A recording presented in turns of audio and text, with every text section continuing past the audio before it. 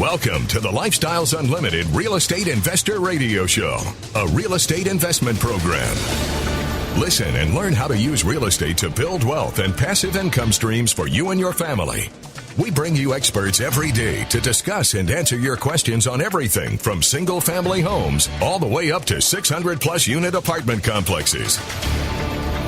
And now, the Lifestyles Unlimited Real Estate Investor Radio Show. Hey, this is David Ruzicka with Lifestyles Unlimited. So glad to be with you today, working on your financial freedom. You are much closer to retirement than you think, and we're going to explain a little bit of that today. One of the things I do with Lifestyles Unlimited is I do the free workshops. And so if you've never been to one of our free workshops, be sure to go to the website, sign up. It's free. It's 90 minutes. It's online. It's live streamed. You can watch in your pajamas right now and find out how we retire people in 5 years or less. One of the things I do, and I'm actually doing the one this next Tuesday at 6:30 in the evening. If you want to see me, the other guys that do them are just as good, maybe better even. But one of the things I do is I always talk about the fact that since 2006, Lifestyles Unlimited members have won the top awards as rental owners, like Rental Owner of the Year, since 2006, every single year. That's the largest apartment association in the world. And I always have a banner right behind me. And there's this lady, Supriya S. She is on the banner, and I use that just as an example because it's a live stream. I can't show, if people are in the room, I can say, look at the banners all around you surrounding the windows. But I say, this one right here, this is Supriya S. She is somebody who took the education, went out, bought a property, and ran it with such excellence that she was awarded, of all the apartment owners in her class across the United States, she was awarded best in her class. And so I'm really excited to have that person with you on the radio today, because I've been talking about her for about, well, whatever the shutdown started. That's when we started doing that, because I was doing all the live streams for the free workshop at that time. So, Supriya, so glad you're with me here today. First of all, I want my audience to get to know you a little bit. Just tell us a little bit about your education and historical background and your professional career before joining Lifestyles. Of course. First off, David, thank you so much for having me on the radio today. It is an honor to be on radio with you and to actually talk to you through this medium and not the webinars that we've been on for the past year. Yeah. So thanks again for having me on the radio now. And just to give you a little bit of background and give the audience too, I am originally from India, and I came to the U.S. as an immigrant, as a student, to pursue higher education. I did what every middle-class family does in India. They put us through school, engineering, undergrad. I came here for my master's degree in engineering. And once I did that, I came to Dallas with a engineering job, really well-paying, and was very successful. Worked at my W-2 job for several years, high-tech industry, Fortune 500, rose up the ranks from engineer to manager and management and all that, and was doing really well. And then I found lifestyle. So that's my path to it was kind of interesting. Somewhere along the way, I realized that I need financial freedom. I don't want to do this job and be dependent on them. I loved my job. Don't get me wrong. I really liked it. I loved being an engineer. Mm-hmm. I loved creating things, programming, doing all that. But I also realized that I need to take care of myself. A W-2 job, the company is not going to take care of me. Yeah, so and you had a couple of experiences with your job. I think you mentioned you were laid off a couple times. That's correct. So every single time, I think 2 or 3 times, I think in my career, I've never quit a job on my own. I'm not a quitter. So anything I do, I want to do it well, and I want to make sure that's success. And even the job, the reason there were layoffs is just because the company had a business reason to do so, not anything to do with performance or anything. And that's when I realized I had a couple of layoffs, and that's when I think after the second layoff, I realized I need to do something about this. And around the same time, I also not only my second one, it came at a bad time. I was in the middle of a really big health crisis, and I lost my job too. Not only did I have a situation going on with my health where I needed my job and my health insurance the most, and I lost my job because the company shut down. They declared bankruptcy and they shut down. And here I was, no job, no health, no hair even, because I was going through cancer treatments, and that was what was actually happening with me. Yeah, that was in 2006, correct?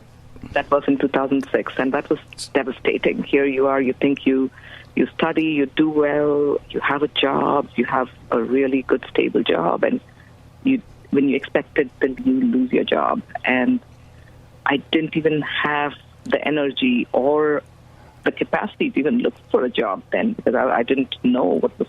I was so drugged half the time that I didn't know what was happening. Sure. So stop just for a minute. So you have a job, you're diagnosed with cancer, you go to your first chemo treatment, and is that when you found out that you're laid off? It was on the day. I wasn't laid off. The itself shut down. Oh, okay, right. In the chemo room. So the previous day, people who know me know that I'm a workaholic, and I'm very dedicated to my job too. The previous day, I made sure I stayed on at work until 8:30 p.m., made sure I did everything I needed to because I knew I was going to buy chemo treatment the next day. The next day, I actually called one of my colleagues from my room, when I was in the chemo. I was getting the chemo medication, and I called him to tell him what was going on and what I had done the previous day, and just a handoff. And he wasn't talking too much. He was stuttering and stammering. And I said, okay, let me call someone else. I said, if you're busy, if you're in the middle of a meeting, I'm going to call someone else to tell them. Because even in my chemo room, I was thinking about my job and what I was doing and how dedicated I was. And that's when he broke the news to me. He said, hey, this morning at 9 a.m., we had a company-wide meeting. We were called into all hands, and all of us had been sent home. It was a small startup company. Right. That was devastating. Here I was in my first chemo session, and I received the news that the company itself had shut down. And my first words I remember asking my colleague was, what about health insurance? And he said, until the end of the month, that's it. Nothing after that. And when you're talking about chemo, you're talking about a huge, pretty much impossible to pay for it on your own, I would assume. It's impossible because I believe that each chemo session itself is, I think, $50,000, $300,000, something like that. It's quite expensive, and each injection you get after the chemo, post the treatment itself, because they put you on. I want you to hold right there. We're coming up to the break. We're going to hear the rest of. It's an amazing story. You want to hang on through the break. We're talking with Supriya S, award-winning multifamily investor with Lifestyles Unlimited.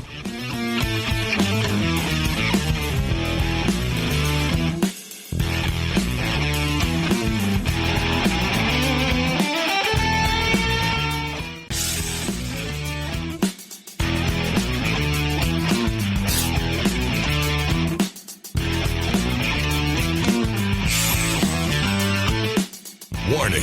Listening to the Lifestyles Unlimited Real Estate Investor Radio Show will change your life. We will teach you how to create wealth and passive income so you can be financially free. And now, back to your host. This is David Ruzicka with Lifestyles Unlimited, working on your financial freedom. Really excited today to be talking to Supriya S, award-winning multifamily investor. We're talking about an experience that happened in 2006 that triggered her, not in a snowflake way, but in a way to get her to invest in real estate. And I'm going to just kind of recap. She was diagnosed with cancer, her first chemo treatment. She gets a call. She finds out the company's been shut down, so she has no insurance. Chemo is $50,000 a treatment. And that's where we stopped right before the break. So, Supriya, tell us what'd you do? Did you go out and lay in a field, in a fetal position, and cry at that point? No, I did not. I was clearly in shock that day, but I knew that I made a few phone calls from the chemo room itself to see what do I do, how do I get my resume, because I didn't even have a resume at that point. I mean, I had one, but not an updated one. So the next 2-3 days were challenging because I was in and out of sleep and I didn't know what was happening. But once I recovered a little bit, I started working on my resume and started sending it out. I had to interview. I had to get a job. I had to get back on my feet and get health insurance. These were my primary concerns.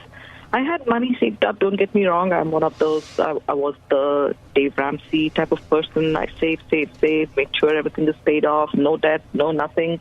So I was in a good position cash-wise. I had money, but nothing that could have paid for my chemo treatment, and nothing that could have prepared me for this health disaster that I was currently going through. So I also knew that having lapse of health insurance would also be a problem. So I started looking at other individual plans that Texas State offered and other places. And in 10 days after my chemo, I started losing my hair. I donned a wig and went for my first interview 13 days after my first chemo. So that's what I did. I started interviewing. And so you actually found a job pretty quickly after that. I found a job. Yes, it took me about 6 weeks to find a job. And also that I had 2 chemos by then, I think. My third chemo was with the new job. But it took me about 6 weeks to find a job. But I landed a job with health insurance. Really, it was actually a company that came and bought the intellectual property of my previous company. They were from California. They bought it. So they hired some of the key engineers back. They didn't hire everyone back. They kept a few key engineers, and I was one of them that they decided to hire back. Okay. So I want you to pause right there, because this is hugely significant. It's your story, and so you lived through it. But for people that are listening right now, some of you've gone through a tough time, maybe because of COVID, whatever, just life in general. Everybody has a hard time in life. And I want you to take great encouragement, because what you're going to hear on the rest of the story from Supriya is powerful. But the most powerful part right now is she just kept taking one step after another. I mean, you got a layoff, you got or company shut down, you've got chemo, your hair's falling out, you put on a wig, and you go and you start interviewing. There's a quote I want to read to you from Greg Plitt. He's a bodybuilder. I think he's passed away by now, but he said this, and I want you to take heart from this. He said, if you guys are really wondering if you are burning out mentally, take a day off, go to your local hospital, go and look at a 4-year-old who to the cancer ward who might not ever see his teenage years, probably won't ever see the next birthday, and see someone who is mentally or physically handicapped, or see a soldier who just came back from the war and doesn't have legs anymore. Stare that guy down, look right in his eyes, and tell him, as you stand there on your own good legs, that you're burned out, that you don't want to use them. See if that just doesn't kill him right there, because he would do anything to have that opportunity. So I want you to hear Supriya's story. I want you to hear that quote, and I want you to know you can take a step forward. You don't have to take 10 steps forward. You just got to take the next step forward, whatever that is for you. And so I just really, it's such a powerful story, and I want to make sure you get how powerful that is, and that you have enough to take that next step. So, Supriya, you get the job. This was kind of the big trigger for you. You said, I need to do something else. I can't rely on corporate America to take care of me, certainly not with your health or anything else. And so that prompted you to move towards real estate, correct? That's correct. This is all pre-lifestyles. So what did you do? This is pre-lifestyle. And what I did in 2006, I bought a single-family house, and I still own that. That's a rental. Because I didn't know how to start out big. I bought all these books. I got these books from the library, bought the books. And I did really well on my own. Not as well as I would have done had I known of lifestyles back then. But I purchased a single-family house, and I was getting some rental income. At the same time, I was trying to build my income, my savings back up, and my health. And the next 5-6 years were uncertain. The next year was a year full of chemo treatments until 2007, chemo, radiation, surgeries. It was a lot going on. So I couldn't do anything. And 5 years after that, again, it was more tests and medicine. Didn't know if I would even make it through the next year or two. So they were doing tests on me all the time. So anyway, so fast forward a few years later, but this was always on my mind. And that's when and in the meantime, I think 3-4 years after that, I did a flip also. I tried single-family rentals. I did a single-family flip house, and that didn't work out. And I was not very pleased with the returns. I kept thinking, I need to do something else to get passive income, financial freedom, because my job is not going to cut it. That's when I found lifestyle, and that was through a friend of mine, actually. And there's no better recommendation than through word of mouth, and a very, very dear friend that she had a full-time job, and she quit to join Lifestyle.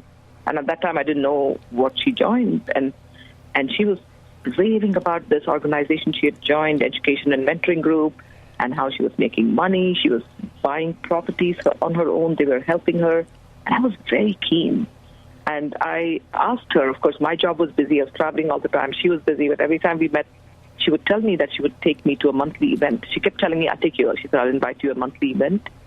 And all along, somehow the stars didn't align. We weren't able to, she wasn't telling me about it, or she wasn't going herself, and I wasn't, I didn't pester her too much. But fast forward to end of 2013 or 14, I said, hey, here's my resolution. I want to do something. What are you doing? I need you to tell me what you're doing. Take me to this monthly event. I want to go. that's when she told me the name Lifestyle. She said, they're having an event this week. She said, look them up. It's a free case study. I didn't even know what a case study was at that point. She said, and it wasn't in person those days. She said, it's on a Thursday. She said, it's free. Go to that.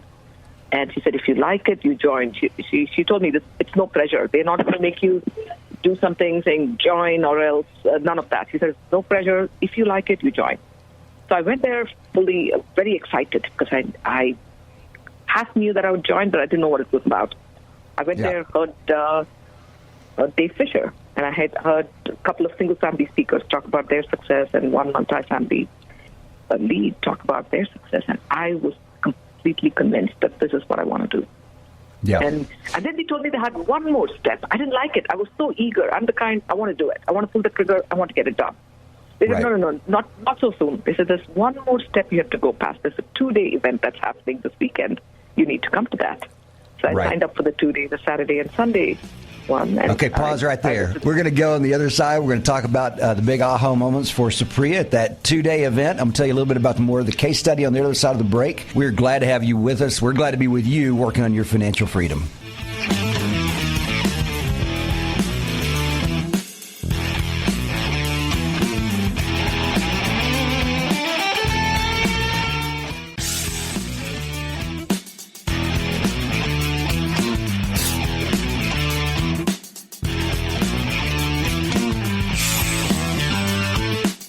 Welcome back to the Lifestyles Unlimited Real Estate Investor Radio Show.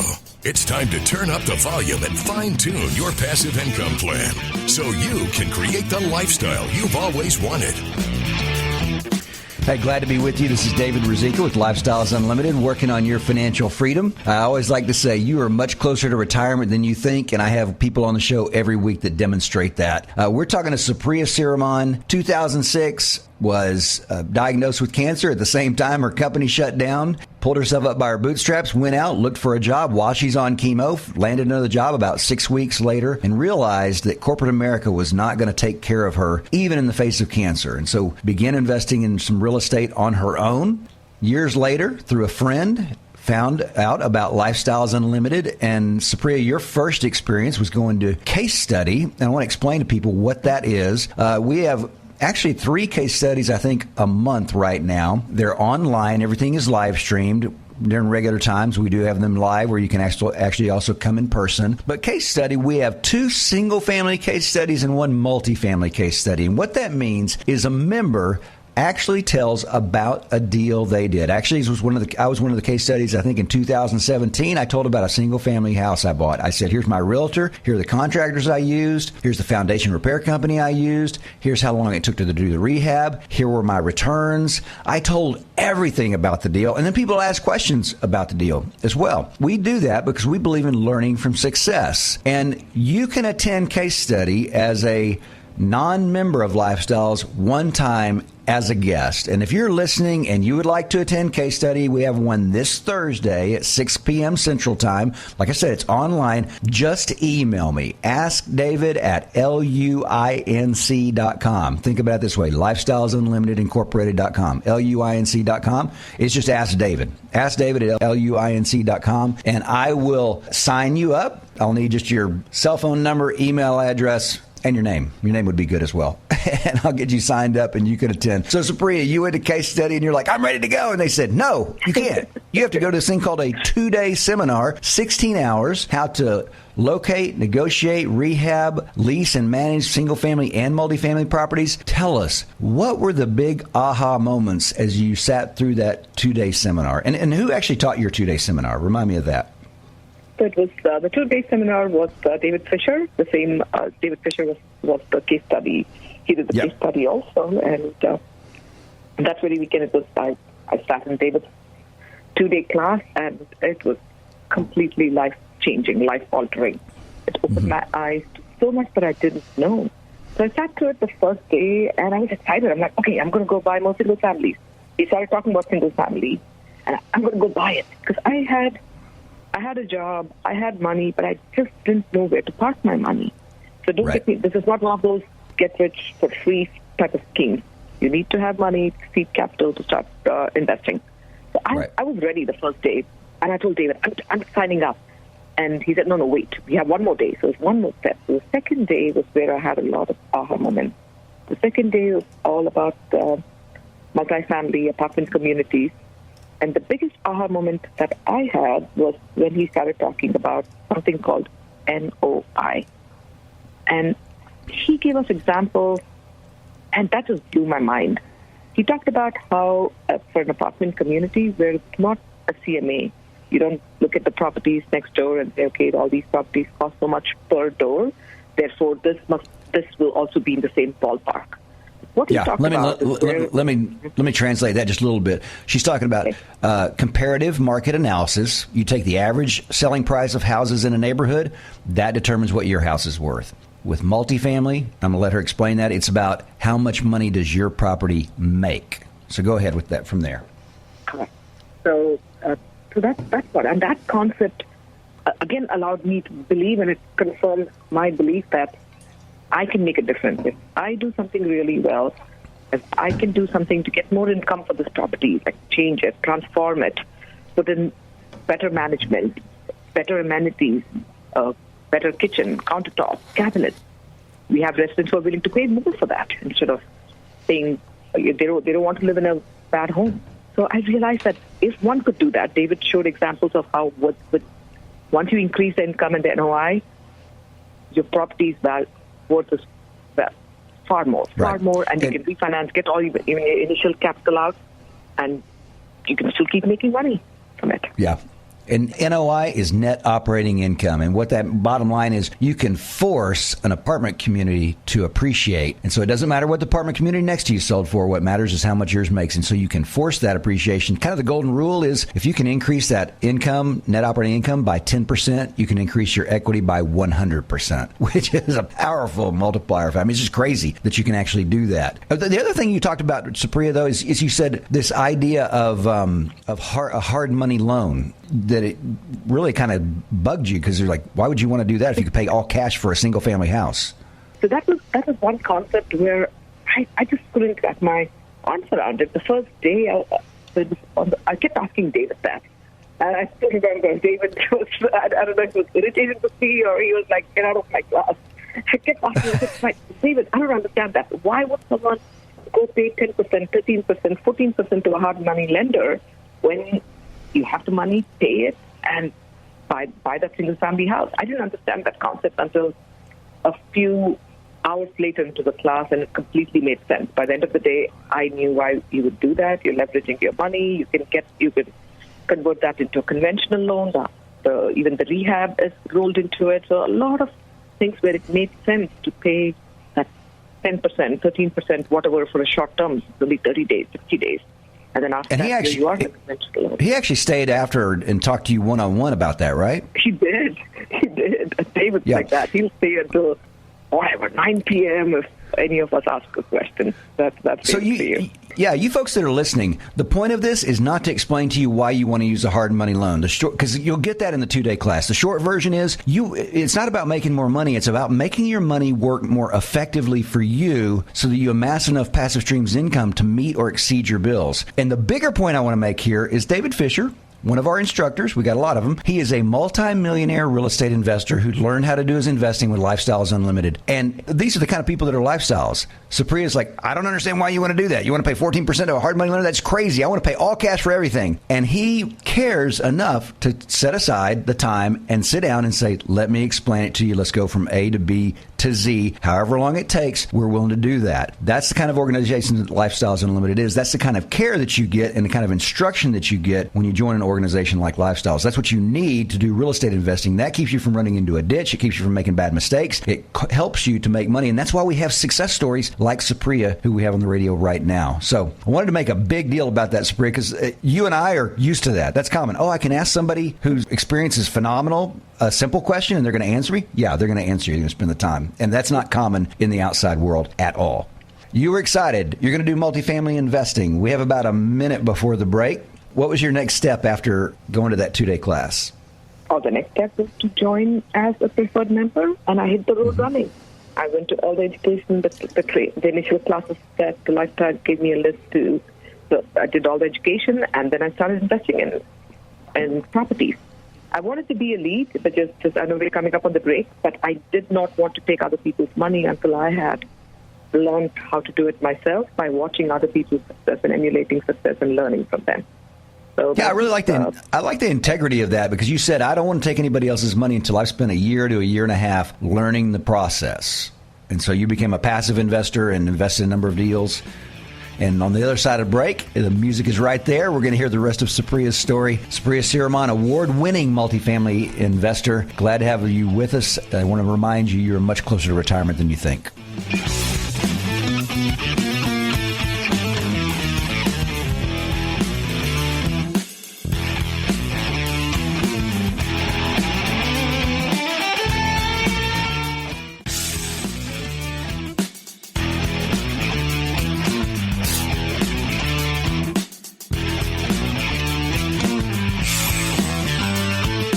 We're back with the Lifestyles Unlimited Real Estate Investor Radio Show.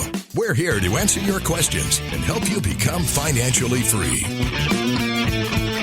David Ruzicka with Lifestyles Unlimited. Glad you're listening today. We're talking to Supriya Siraman, award-winning multifamily investor who has made a ton of money for her investors. Her start with Lifestyles Unlimited was attending case study, and that is where we have 2 single-family case studies, 1 multifamily case studies, where our members, just regular members, people like you and me, tell about an investment that they've made, and they tell everything, and they answer questions, whatever questions you want to ask. And if you'd like to attend, you can attend one time as a guest. Just send me an email at askdavid@luinc.com, askdavid@luinc.com. Give me your cell phone and your email address and your name, and I will sign you up for that. So, Supriya, you've attended Lifestyles. You spent a year and a half as a passive investor. Tell us, so where did you go from there with your investing? Yes, so I did my first 5 properties as a passive investor in KP, and at that point I realized that I was ready to be a lead investor myself. Explain what a KP is real quickly, please.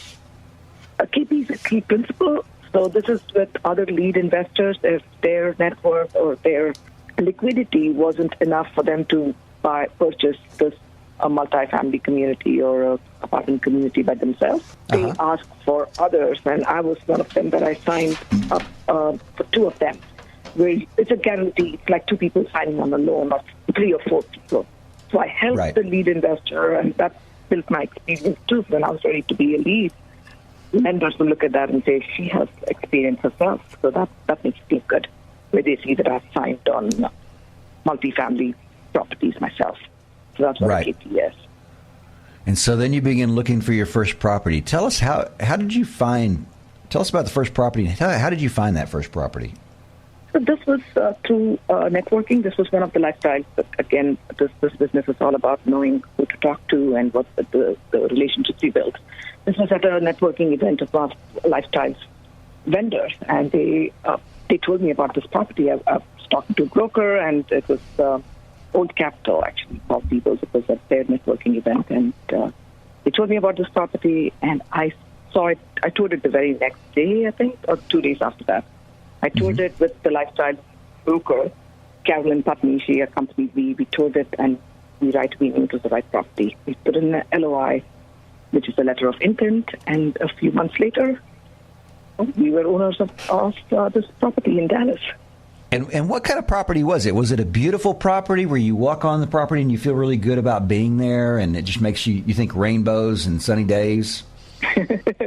No, it was beautiful in the sense that I knew it would make me a lot of, it would be very rewarding in the end, but the property itself was completely run down. It was in a great location of Dallas. It's in the medical district, uptown area of Dallas. So the location was good, but the property itself was completely mismanaged. There was a lot of deferred maintenance. In fact, there was no maintenance being done. There were cracks along the exterior walls. The roof was leaking into the second floor apartments. The exterior was bad. Roofs were bad. Windows were broken. There were broken railings, no gutters. Parking lot was down to the aggregate, so much so that nobody was parking inside the property on the parking lot. They would park on the street. It was that bad. The parking lot was just awful. That has to be really bad. I mean, to park on the street, that has to be really horrible. It was really bad. Landscaping, there was no landscaping to speak of. It was whatever grows stays. It was that kind. If it grows, it stays. If it didn't grow, okay, you have pockets of it, there's no grass, no shrubs, no nothing. Some other places there's something. Interiors were completely run down. They were poached. There was no dishwashers anywhere. There was cabinet doors missing. And it was roach and rodent infested, moth-eaten carpets. Everything was falling apart, basically. But they were getting top dollar for it. Everything was wrong with it. What was the occupancy when you picked it up? What was the occupancy rate? You'll be surprised. Occupancy was really good, 98%. Because this is a very, very, 98% occupied. So they were willing to put up with all that just because of the location? Just because of the location and just because the rents were low, and they didn't know any better. I felt really sorry for the residents. They were good, honest, paying residents, but they were not told about. They didn't know their rights. They didn't know that they could have complained, and they didn't need to live in an apartment with broken windows that were leaking roof or any of that. They had buckets in their living room collecting rainwater. They were harvesting. Yeah. That's the rain harvesting they were doing. It was very environmentally friendly property. They were actually. And the previous owner, I don't know if you remember, but we talked about it the other day. The previous owner had a certain way of dealing with the tenants when they had complaints about their problems. Do you remember what you told me that was? Yes. So for the past 6 months, I believe he had been telling them that the new owner will fix it. Anything they talked to him, he said, not right now. The new owner will come back and fix the problem for you. For 6 months. And so you had a flood of people coming into your office saying, hey, the owner said you'd fix it. Correct. So the very first day we took over, that was what we got, a list of work orders. At least for the roof, the others, they would fix it themselves. I actually saw residents buying glass from Home Depot to fix their broken window. Residents were fixing their own problems. That's how this was being managed. Well, that is one way to manage a property. Tell us what you did in the rehab. We pretty much did everything. The exteriors, we started with the roof. We did the new roof. We put gutters, exterior complete overhaul paint. We added new siding, new railings that were to code, and we added 2 new chillers to the property. Every interior unit had air handlers. We did new energy efficient double pane windows. New landscaping, new parking lot. We had patio lights, pergola, floodlights, pergola, laundry room. We did new laundry room. The electrical was completely replaced. It was Federal Pacific, so we changed that one, and then that was all the exterior. And then we also went and did everything on the interior too. Every single apartment. It was a 52-unit community when I purchased it, and interior rehab consisted of. We did everything. We gutted the place. We gutted the whole. Every unit had new cabinets, new granite countertops in the kitchens and bathrooms, glass backsplash, new appliances, and we had microwaves in all the apartments, dishwasher, new energy efficient. I already talked about the windows, vinyl plank flooring, new baseboards, even the sheetrock. Wherever we replaced a lot of the sheetrock in the ceiling and the walls, and we did vinyl plank in the living areas and carpets in the bedroom. We had USB outlets. Switches. So you made everything brand new. So just short answer, how did your residents feel about you at the end of that process? Oh, they loved it. They loved that one. We were fixing things. The roof was the biggest thing that made them happy. Sure. They came and thanked us for it, and when we told them that we'd fix their problems, their plumbing, they were really surprised that we were fixing. We were actually here. It was a management company that was willing to listen and actually fix their problems. And they're good paying residents. I had no problems with them. And actually.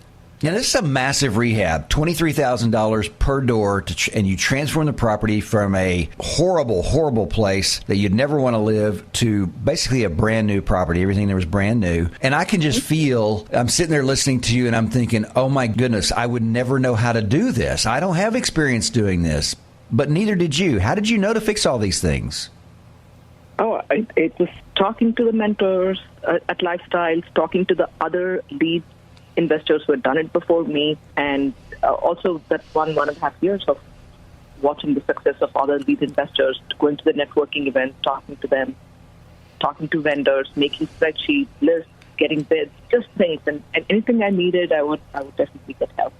Yeah, I want people who are listening to hear that is huge, because what happens, the reason this property is like that is probably because some mom and pop or somebody who didn't know what they were doing, they bought the property, they don't know how to fix it, they don't know how to get out of this hole, they don't know how to make this better. And Supriya comes along and just has mentors and education and people to hold her hand all along the way and tell her what to do this, don't do that. And makes the property beautiful, and you had, about 100% return on that property, and you refinanced all the money out, and you still have based on the original money, 8%, but because you took all the money out with the refi, you've got an infinite rate of return on the cash flow now. Correct. And they still have another 100% equity on the property. We still own it. And we've doubled the rents.